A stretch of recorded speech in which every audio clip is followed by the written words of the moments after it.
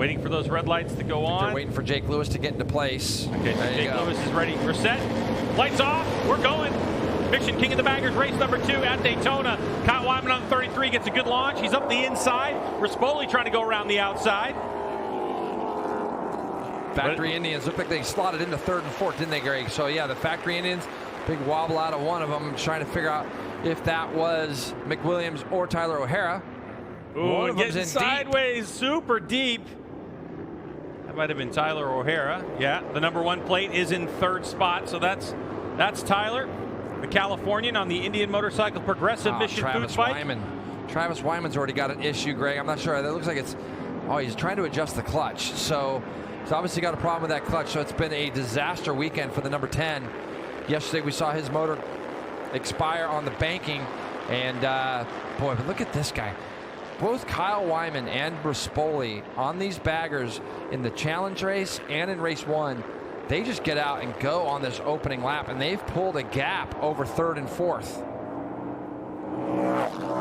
James Rispoli on that Vance and Hines Mission Harley-Davidson, trying to keep a draft of that factory bike.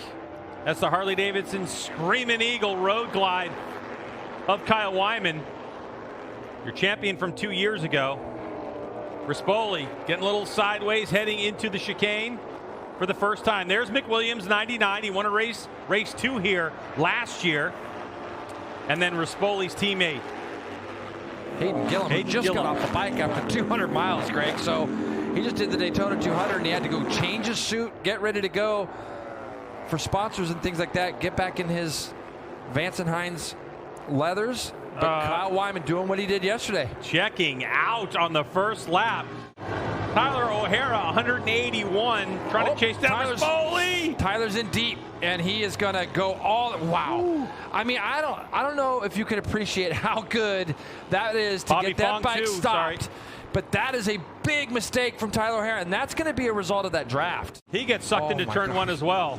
And right now, what the effort to get that stopped. Oh, look at the bike skills to get that slowed down the way it did. How much difference after dropping 2.5 seconds? Yeah, I mean, unreal. And he said the bike was more rideable. There was a couple things it sounds like they did. And here you go. The two Vance and Hines Harleys are locked into that battle now. Hayden Gillum and James Rispoli come across the line. 50.8 for Kyle Wyman. And how about a 51.1 for Hayden Gillum? So, and he gets into turn 1 a little bit deep. He's going to allow Rispoli to sneak back up underneath him there.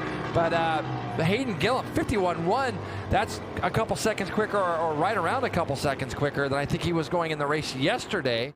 The development on these bikes that they have put in are incredible. And you know, when you look at the factory Harley team, the Vance and Hines Harley team, and of course Indian, they just continue to advance these bikes, and the speeds they're going, 176 mile an hour that time through for Kyle Wyman, pushing his own air, 180 mile an hour for Jeremy McWilliams back there in 4th on the Indian. Yeah, there's no question at the speed of these Indian motorcycles. The way the architecture and the way that the motorcycles are designed, the way they make power. Oh, Hayden's out wide again. Yeah, he's way wide. Does he have a problem, or they kind of ran into some of that yesterday, didn't he, where we saw him running wide in a few places? That's going to allow Jeremy McWilliams back into that mix for 3rd, and Hayden's in deep again. So not really sure what's going on with Gillum at the moment. Brake issues, possibly? Yeah, I mean, you would think that that's what it is, and I think, but do you think some of it could be, Greg, too, that he just got off a completely different motorcycle at this place right now? And you can see Jake Lewis making a pass on, I believe that's Hawk Mazzato. When I saw those times, I thought, well, wow, this is, you know, let's go out and get those 25 points. I said something in that effect to him, and then it was more like, let's just get some points, because he's struggled here for the last couple of years to really get the results that, you know, that he feels like he should have got. And for that factory Harley team, it's been a rough week, and we've already seen Travis go out. Jay, when he was pointing to that part, it's either one of two things that I look at. It's either the clutch, because he's pointing down at that lever, or the brake adjuster. So I think it's one of those. I would probably, if you're saying top speed's down, I'm almost thinking it might be the clutch. I couldn't agree with you more, Greg, because that clutch gets going, and it's exactly what it looks like. And both bikes are having that same problem as Kyle gets into that international horseshoe for his final time, 7.1 seconds up, 52.2 that last time by. So he's just got to get this thing and cruise it home now, if there's such a thing. You know, he just wants to be able to try to get this bike. And McWilliams has gone all the way back to 7th now, as both Corey West and Hawk Mazada has gone through. Hawk Mazada just runs his fastest lap of the race in 6th place, 55 flat. But Greg, look at how much more nimble and almost skinny this bike looks compared to when we saw these bikes become part of our series 3 years ago. It is a noticeable difference, especially when you're standing in front of it. And look how they handle. They just look like they handle so much better. Especially coming up onto the banking. Yeah. I mean, they just look, there's so much more stability under acceleration that Kyle Wyman has on his Harley-Davidson Road Glide. It's impressive. Coming down the back straightaway. One last time into the chicane for Kyle Wyman. I mean, he's coming through the chicane and wheeling the thing on the exit.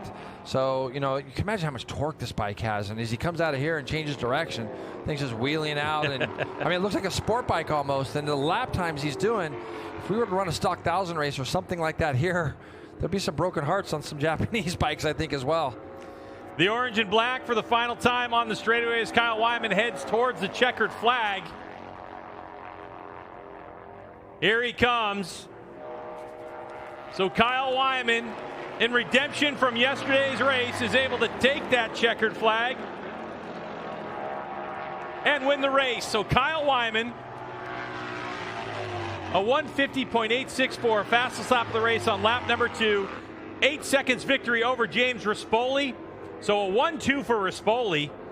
And I mean, I'm no math genius, but I'm going to guess and say Rispoli's probably the top of the leaderboard right now in terms of this championship.